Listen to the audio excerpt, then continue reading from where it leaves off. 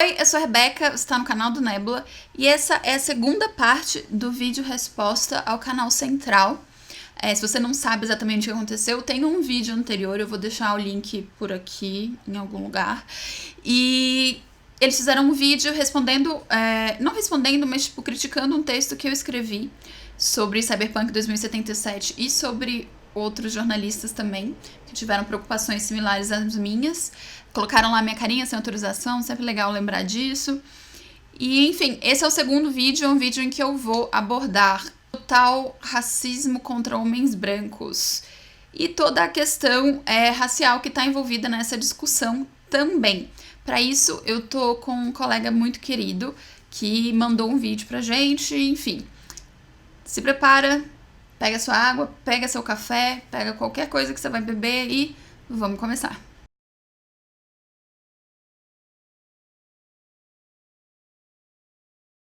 Eu vou começar falando sobre toda a questão de racismo que foi levantada nas últimas semanas sobre o jogo e toda a questão de que o criador do Cyberpunk 2020, quer dizer, é um cara negro, é o Mike Pondsmith, e sobre o que eles falaram, o que ele disse sobre essas questões e etc. Mas antes de chegar nessa parte, eu quero começar com uma outra questão, que é a questão do racismo contra homens brancos nos games, que na verdade não é uma questão, é uma coisa que as pessoas inventaram que existe. E o canal central mesmo, eles já fizeram alguns vídeos falando sobre isso. E, cara, é muito importante que vocês entendam que não existe racismo contra homens brancos, principalmente quando a gente vê com dados que ainda a maioria dos jogos é focada em personagens brancos, em especial personagens masculinos brancos. Como eu falei no último vídeo, teve mais uma pesquisa esse ano, e se você tirar a parte em que você pode escolher qual é o seu personagem e modificar o seu personagem de acordo com o seu gosto, a maioria dos jogos ainda é masculina, sabe? E dentro dessa maioria masculina, a maioria desses jogos também são protagonizados por homens brancos.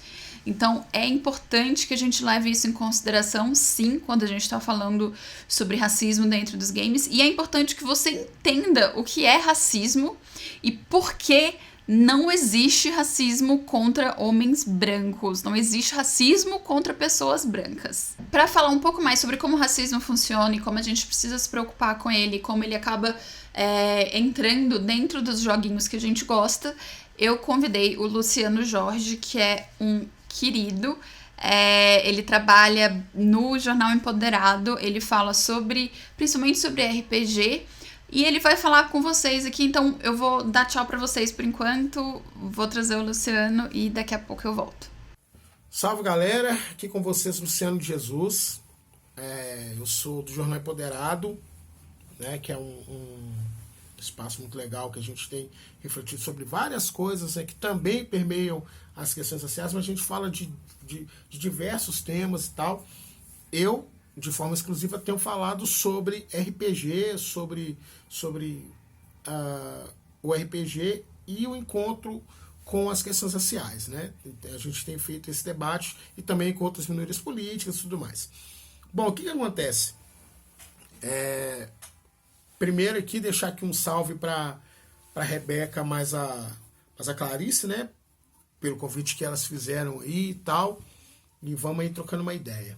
Seguinte, fala um pouco sobre racismo, né, meu? O que acontece? A gente precisa deixar algumas coisas aí nos seus devidos lugares pra gente não ficar alimentando fantasmas. Não existe racismo reverso, não existe racismo contra pessoas brancas, certo? E eu não estou dizendo isso porque eu quero. Não. Existe um conjunto de escritores e de escritoras que já falam sobre isso há muito tempo.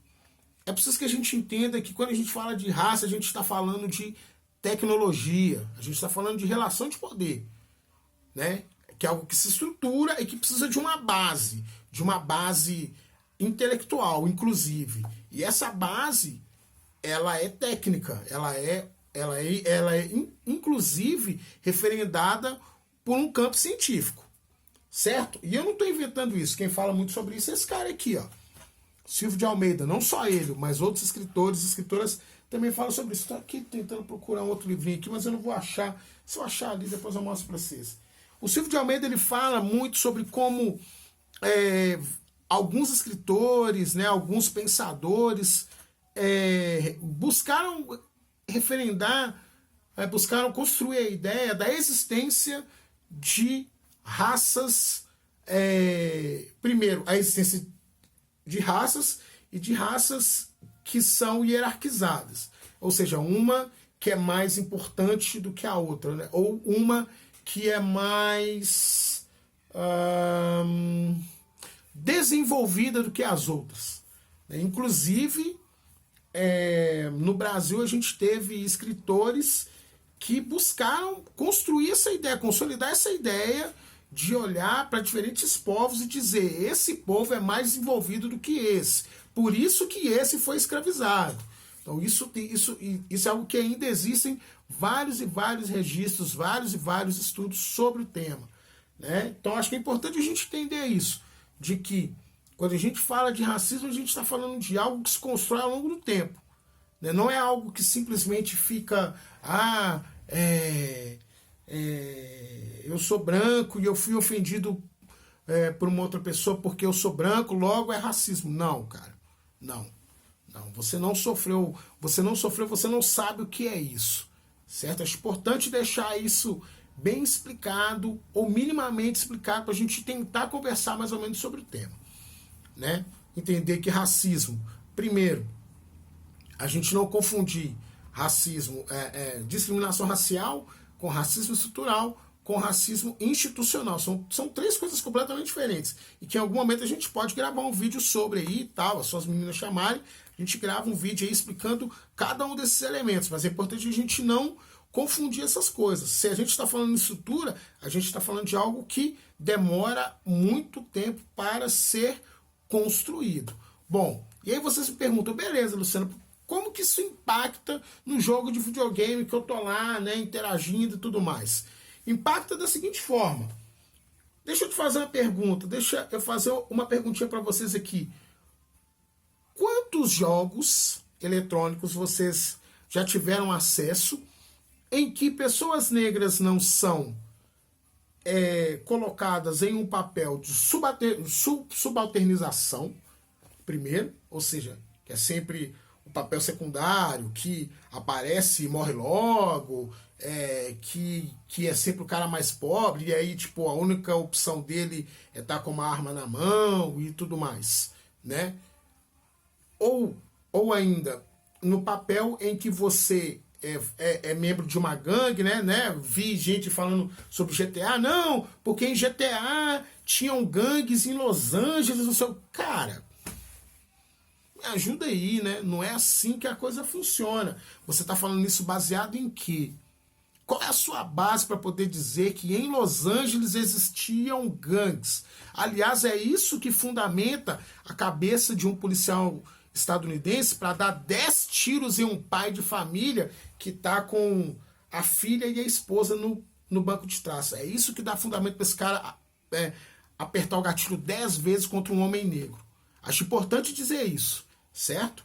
Então, a gente precisa entender que essas ideias elas são construídas. E se elas são construídas, elas precisam ter uma base lá atrás. Lembra que eu disse lá atrás que existia um conjunto de ideias que foram construídas e que fundamentaram, inclusive, a indústria cultural, que fundamentou os nossos jogos, né? Que fundamentou a nossa literatura, a ficção científica.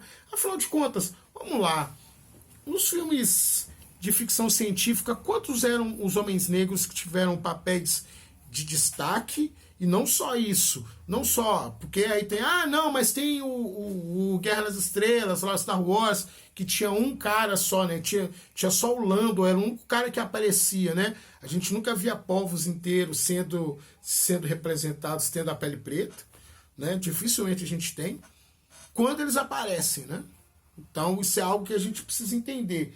E aí fica uma outra perguntinha para vocês. Quantas escritoras negras de ficção científica você leu? Vou te dar um exemplo. Octavia Butler.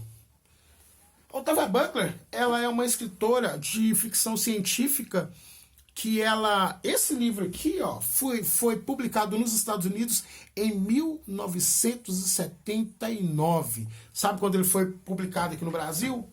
Uma chance. Setembro de 2017. Sabe quando ela morreu? No ano de 2006. Pois é.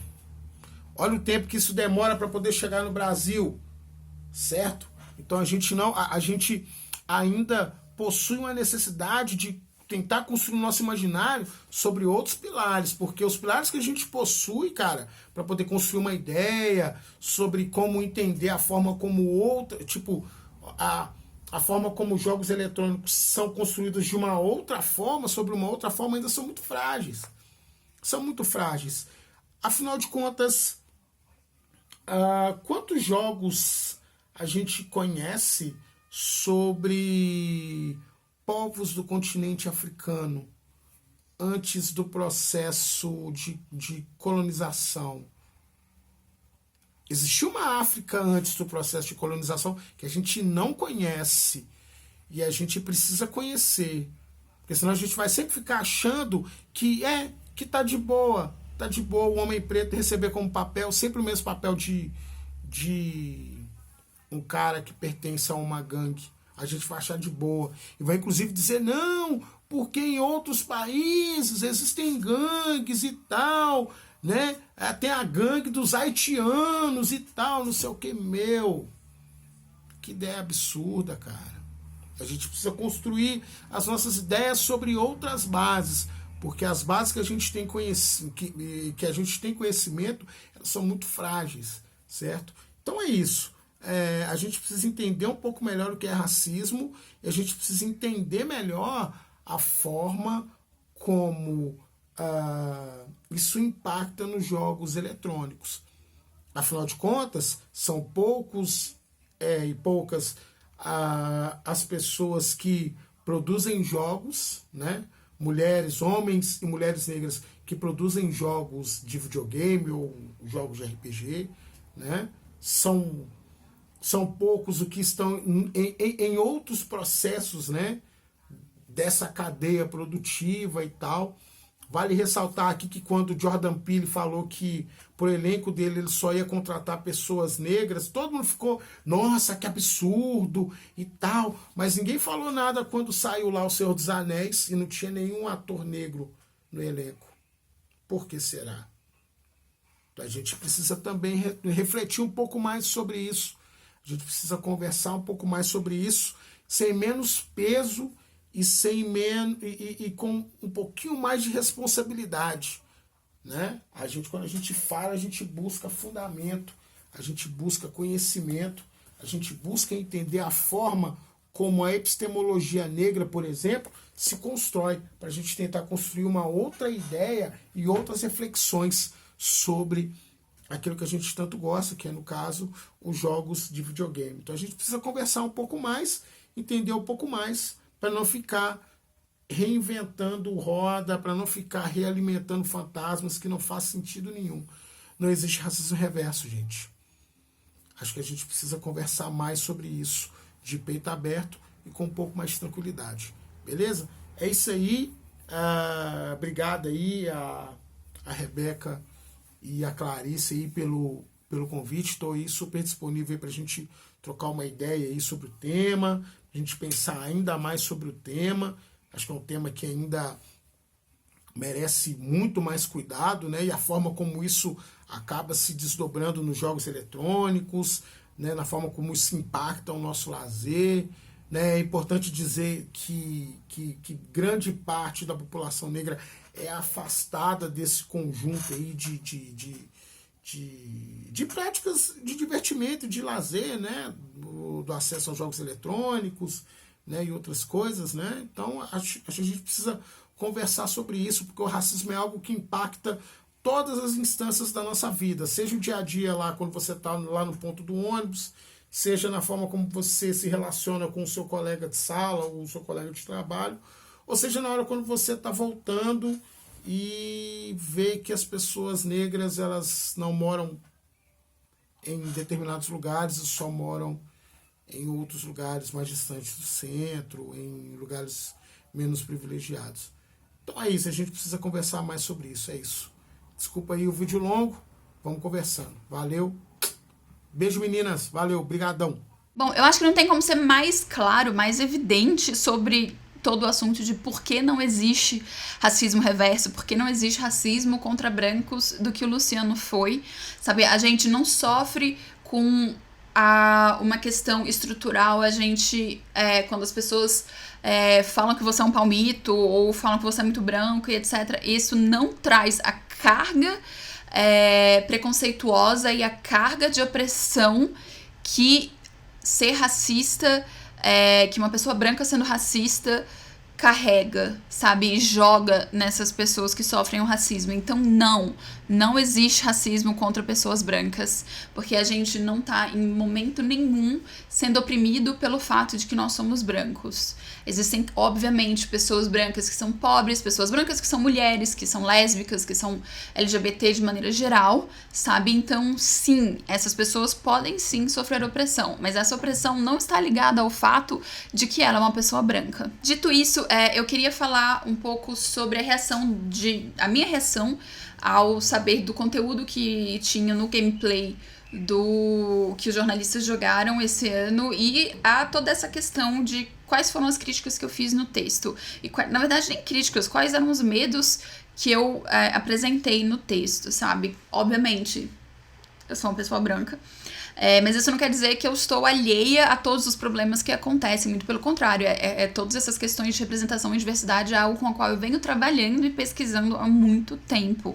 Já faz 6 anos que eu falo sobre isso na internet, e eu não falo sobre isso na base do achismo, eu realmente estudo e pesquiso sobre essas questões. Então, pra mim, que tô trabalhando com representação e diversidade, que sou roteirista, que trabalho no mercado audiovisual, sabe? Que consumo isso tudo há tanto tempo, é absolutamente compreendível que um jornalista que esteja jogando um jogo que é cyberpunk, que está sendo produzido por uma empresa que fez The Witcher antes, que pode ser um jogo com um gameplay maravilhoso, mas tem uma representação feminina muito ruim, sabe? Em que, se não todos, a imensa maioria dos personagens são brancos. Uma das coisas que você pode fazer no gameplay é você vai ir contra uma gangue de pessoas negras de origem haitiana que se autodenominam animais, e o que você vai fazer com isso, com esses personagens, é metralhá-los. Pra mim faz muito sentido que esses jornalistas fiquem preocupados com como isso vai ser desenvolvido dentro do jogo. Oi, gente, então, mais um adendo que eu acabei não falando quando eu tava gravando o vídeo.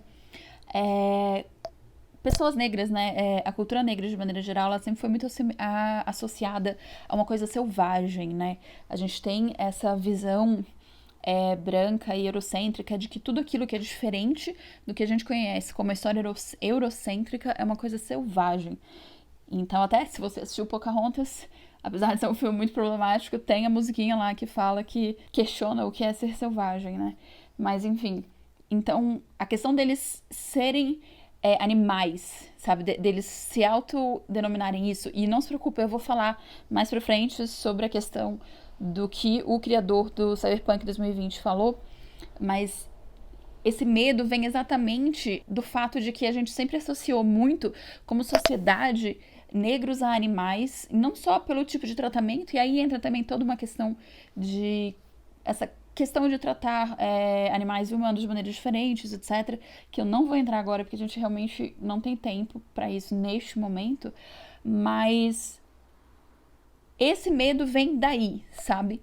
Dessa coisa que a gente tem como sociedade de sempre tentar animalizar e de, por isso, tentar diminuir aquilo que é diferente do branco, principalmente se é uma cultura negra, principalmente se é em países onde aconteceu escravidão e toda a questão da diferença não, né, tipo, dessa ideia absurda de que uma etnia é melhor do que a outra, né, que, de novo, é um tipo de discurso muito problemático, né. Eu vou entrar em detalhes sobre o que o criador do jogo fala mais pra frente, mas eu queria lembrar vocês disso, né? Eu queria dizer da onde vem esse medo. Fora que a gangue também chama Voodoo Boys, se não me engano. Eles usam drogas pra se tornar pessoas mais fortes, se eu não tô enganada.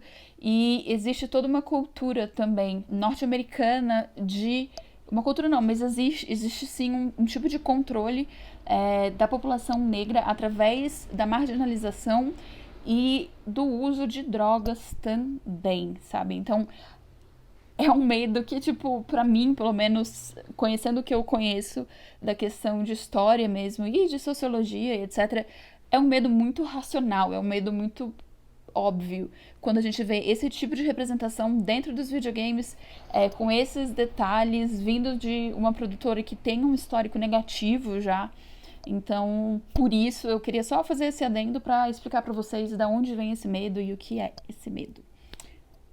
Vou voltar pro vídeo. Hoje a gente sabe que Cyberpunk vai ter a possibilidade de você hackear o seu caminho pelo jogo, né? Então você não necessariamente precisa usar violência. Mas nesses jogos, violência é algo muito presente e é algo muito importante para esses jogos. Então é normal que os jornalistas se sintam preocupados, sim, mesmo que eles sejam brancos, porque a gente está acostumado a consumir essa mídia que é extremamente racista, é extremamente homofóbica, é extremamente misógina. Então é normal que a gente se preocupe com isso. É como o Luciano mesmo disse no vídeo, sabe? O racismo é uma coisa que entra sim dentro da nossa cultura, entra sim dentro dos nossos joguinhos, daquilo que a gente consome, é normal, sabe?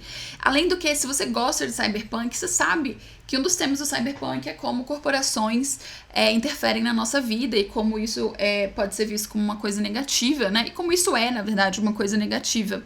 Então, eu não entendo por que as pessoas ficam bravas com pessoas que estão preocupadas sobre como uma corporação do tamanho de CD Projekt Red vai adaptar uma obra cyberpunk, sabe? Tipo, eu acho engraçada essa dualidade das pessoas que estão brigando com a gente porque a gente tá preocupado sobre como uma corporação vai adaptar essa obra, sabe? Mas ok, assim, sabe? Essa é uma coisa que eu realmente não vou nem tentar entender ou explicar, porque a real é que não tem como. E sendo jornalista, trabalhando com qualquer coisa de mídia, na verdade, assim, a gente sabe o quão importante e o quão forte é a influência de produtos culturais na nossa sociedade, sabe? Por exemplo, leram o meu texto, leram o texto do outro rapaz lá americano e aí fizeram um vídeo. O Canal Central foi lá e fez um vídeo me expondo e falando do outro cara e criticando e etc. Aí as pessoas assistiram esse vídeo do Canal Central, alguns foram ler meu texto, outros não leram o texto, e aí vieram pro Nebula me xingar, reclamar. Alguns refutaram algumas coisas de maneira educada, mas a real é que foram muito poucos, e etc, etc, etc. Só isso, só esse fato de que eu escrevi o texto, alguém fez um vídeo sobre o texto e as pessoas que seguem esse alguém vieram até mim reclamar, me xingar e etc. Inclusive nas minhas contas pessoais de Twitter e de Instagram, já mostra o poder e a influência que a indústria do entretenimento tem. Porque sim, vídeo de YouTube faz parte da indústria do entretenimento. E essas pessoas, tipo, mesmo eu que tô aqui num canal pequeno e etc, eu tenho responsabilidade sobre o que eu coloco no mundo. Eu falei sobre isso no último vídeo. Eu posso não ter como saber o que as pessoas vão fazer com essa informação, mas eu sou responsável pela informação e pelo conteúdo que eu coloco no mundo. Então, por isso que a gente precisa pensar muito bem antes de colocar as coisas no mundo. E é exatamente por isso também que eu acabei demorando mais do que eu pretendia para soltar esse vídeo, exatamente porque eu queria conversar com mais gentes e pesquisar um pouco mais sobre como abordar toda essa questão do racismo e da posição mesmo do Mike Pondsmith sobre essas questões. Porque sim, a representação de um homem negro sendo metralhado é algo que pode ser gatilho e que, na verdade, é uma representação muito clara de tudo aquilo que está acontecendo nos Estados Unidos hoje em dia. sabe? Tipo, pessoas negras são assassinadas por serem negras. A mesma coisa acontece aqui no Brasil também, mas a gente fala muito menos sobre isso. E o sistema de racismo estrutural aqui é diferente do racismo de lá. Apesar de ser centrado no mesmo preconceito, querendo ou não, nós somos países com histórias muito diferentes.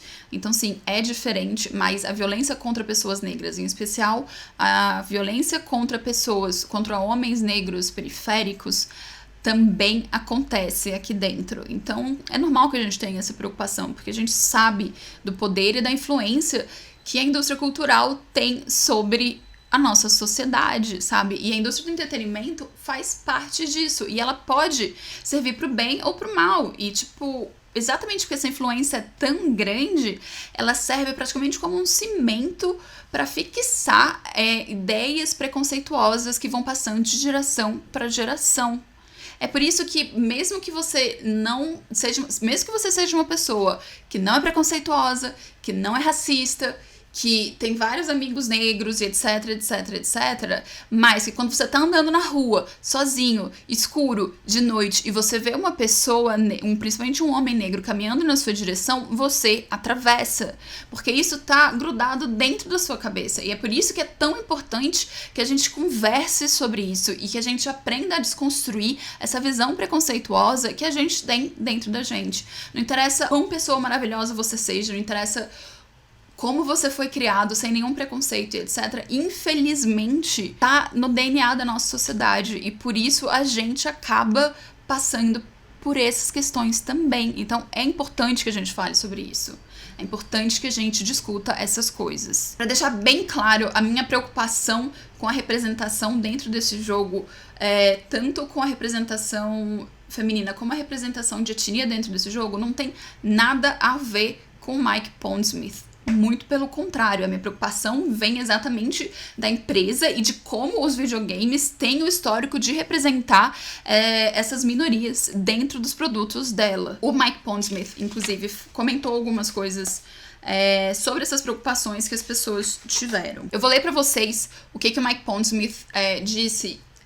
Ele deu uma entrevista, eu vou ser bem honesta pra vocês dizer, eu não vi nenhum site grande mesmo, tipo Polygon, falar sobre o Mike Pondsmith ter dito isso. Eu consegui achar um dos vídeos em que ele explica sobre os Voodoo Boys, que é essa gangue haitiana que causou preocupação a alguns jornalistas por eles morrerem metralhados, etc.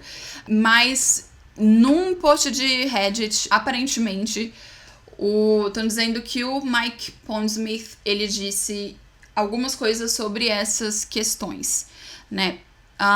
Eu vou ler pra vocês, traduzindo já o que tá escrito aqui no post, né? Se eu não estivesse tão envolvido, talvez eu teria tempo pra falar mais sobre isso, talvez. Mas como está, eu mal tenho uma vida. Sobre os animais, que é o nome da gangue de haitianos, todo o ponto é que eles pensam sobre eles, que eles pensam deles mesmos como, eles veem eles mesmos como pessoas poderosas, perigosas e animais selvagens. Você imaginaria que a moça chamada Sasquatch talvez servisse de uma pista. Os Voodoo Boys originais eram um comentário sobre apropriação cultural. E eu amo a ideia que pessoas que praticam voodoo se mudaram para dentro da cidade, tomaram para si novamente essa questão. E uma das coisas que ele fala também é que a empresa conseguiu acertar, inclusive, no crioulo, na língua que eles falam, né? Inclusive, tiveram algumas pessoas haitianas comentando na internet que isso era muito bacana e etc. Então, bleep, palavrão, você acha que você é pra me dizer se a minha criação foi feita certa ou errada? Não sou ninguém pra dizer se a criação do cara tá certa ou errada, né? Mas, de novo, a preocupação que eu tenho e a preocupação que eu vejo de outras pessoas vem exatamente da empresa e não sobre o Mike Pondsmith. Se qualquer coisa, saber que ele tá envolvido nesse jogo foi uma coisa que me deixou mais tranquila, sabe? Porque saber que a empresa teve essa força pra ir até... Essa força não, né? Tipo, teve essa iniciativa de ir até o Mike Pondsmith e trazer, não só comprar os direitos, como trazer ele para a produção, para servir como consultor, para ajudar a criar as histórias, etc. Isso é muito positivo. Já mostra que a CD Projekt Red está tendo um posicionamento que é diferente e que é muito importante quando você está adaptando uma obra desse gênero. Até porque, como fizeram questão de repetir nos comentários do último vídeo, a CD Projekt Red é uma empresa polonesa. A Polônia é um país majoritariamente branco. E Cyberpunk 2077, assim como Cyberpunk 2020, se passa nos Estados Unidos, que é uma cultura completamente diferente da polonesa, que tem questões raciais completamente diferentes da polonesa. Então é muito legal ver que eles tiveram esse cuidado de trazer o Mike Pondsmith com as experiências dele, com o jogo dele, para realmente servir como consultor nessa adaptação e para trabalhar junto com eles. Isso é muito importante e é um passo, sim, muito bacana. Então, ter o Mike Pondsmith envolvido na produção do jogo é uma coisa que, além de tranquilizar em relação a algumas questões de representação, também é um ponto de virada muito bacana para a indústria de videogames, porque eu não sei quantas obras de pessoas negras foram adaptadas para videogame, mas eu diria que, se foi alguma, muito poucas. E saber que esse jogo é um jogo que foi criado, ou pelo menos que a adaptação, né, tipo, a obra da qual está sendo adaptado não foi criado por um cara branco, mas foi criado por um cara que tem uma experiência de vida completamente diferente, já me deixa mais animada por isso. E não é porque eu tenho preconceito contra homens brancos, é só porque a gente tá um pouco cansado dessa narrativa criada por caras brancos, sabe? Tipo, é legal ver experiências de vida diferentes, é legal escutar vozes diferentes contando histórias que tradicionalmente só são entregadas pra gente quando elas são mastigadas e passadas através de um filtro e de um olhar masculino, branco, heterossexual e cis. Então, sim, é muito empolgante saber que o Mike Pondsmith tá participando da produção do jogo, sabe? Meu medo continua residindo no fato de que a CD Projekt Red não tem um histórico bacana de representação, eles têm um histórico de transfobia também, então, sim, eu continuo preocupada com elementos do jogo. Saber que o Mike Pondsmith tá lá me deixa muito mais tranquila, com certeza. Exatamente porque a CD Projekt Red é uma empresa polonesa e porque a Polônia é um país que tem majoritariamente pessoas brancas e que eles não possuem a experiência que pessoas negras e pessoas de outras minorias têm dentro dos Estados Unidos, que é a sociedade na qual o Cyberpunk 2022 é baseada, sabe, 2077 é baseada. É normal que a gente tenha esse receio, sabe? E também é normal que a gente queira saber qual a porcentagem de pessoas negras ou de outras etnias que estão trabalhando dentro do jogo. Exatamente porque pessoas brancas não...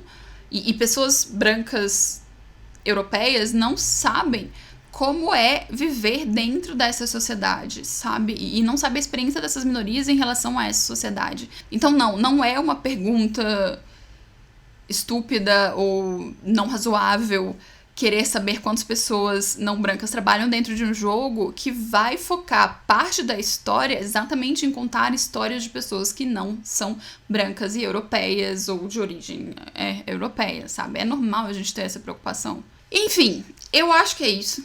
Eu acho que esse vídeo já tá, inclusive, maior do que o primeiro. Mas eu acho que essas coisas eram importantes que a gente falasse, sabe? E aconteceu mais um monte de coisa essa semana. Teve toda essa questão da Razer com a streamer brasileira, sabe? Toda essa questão de misoginia e das pessoas falando coisas absurdas. A gente vai discutir sobre isso nos próximos dias. Eu ainda não sei exatamente qual vai ser o formato, mas não se preocupe, a gente vai falar sobre isso. Até porque eu tô transformando esse formato de vídeo num formato de vídeo provavelmente semanal, em que eu vou conversar e discutir, tentar ajudar algumas pessoas a entenderem quais são os problemas que a gente tá vendo dentro da cultura nerd, dentro da cultura gamer, dentro da cultura dos quadrinhos e etc. De maneira geral, porque é muito importante para que a gente consiga evoluir, para que a gente consiga também impedir uma maré de ódio que está sendo gerado na internet contra minorias e que está ajudando a sustentar um discurso fascista, neonazista, sabe, incel. Então a gente precisa sim conversar sobre isso, porque eu acho que conversando a gente consegue se entender. E porque me chamam de brega, mas eu realmente acredito que as pessoas conseguem mudar e eu realmente acredito que amor e coisas bacanas podem ajudar a gente a transformar o mundo num lugar mais bacana. Inclusive o nosso pequeno, não tão pequeno mais, mas nosso universinho nerd, geek, etc, né? É isso, espero que vocês tenham gostado do vídeo. Se vocês não gostaram, não tem nada que eu possa fazer. Mas deixem seu comentário, curtam, compartilhem e a gente se vê logo mais. Até mais!